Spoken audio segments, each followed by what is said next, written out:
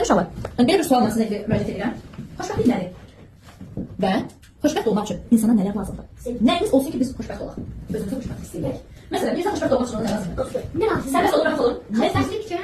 Nə lazımdır sənin xoşbəxtlik üçün? Xoşbəxtlik üçün. Nə olsa sən xoşbəxtsən. Nə olsa sənin üçün? Evim olsa bir de dostum yanımda olsa. Sən onsuz evin var. Yox, öz Ayrıca, böyüyəndə. Başqa? İsmail nədir xoşbəxtlik və sənə xoşbəxt olmaq üçün nə lazımdır? Yox.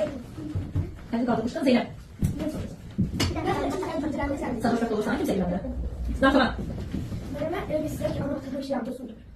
İndi hal-hazırda xoşbəxtsən? Bəli. Sonra maraqlı fikirləşməli.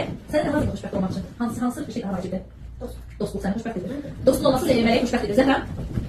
Ben tek olanda dostum her gün gelsin yanıma istiyor. Siz dostlarınızla xoşbəxt Her gün edirsiniz. yok ama Başqa? Sən nə səni xoşbəxt edir? Takip et. Anamın yanında olan.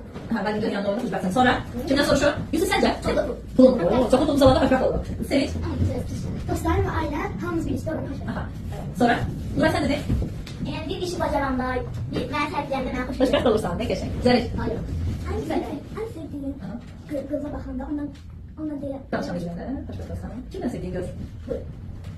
Yox, biz bilmirik. Kimdən sevdiyin göz? O səni çox xoşbəxt edir. Sonra, kim bilir bu məşqlərdən? Əgər Zəriş, sizcə insanın xoşbəxt olması üçün onun canının sağlam olmaq lazımdır, yoxsa çoxlu pulun olmaq lazımdır? Sağlam olmalı. Əgər sağlam olmasaq da çoxlu pulumuz olsa, bu bizi xoşbəxt edir. Yaxşı. Deməli ki, çoxlu pulun var dövlətin olması heç də insanı xoşbəxt etmir. Çoxlu pulun ola bilər, amma sağlamlığın Bəs elə problemlər və ya xəstəliklər var ki, hətta pul belə onu sağaltmağa yetmir.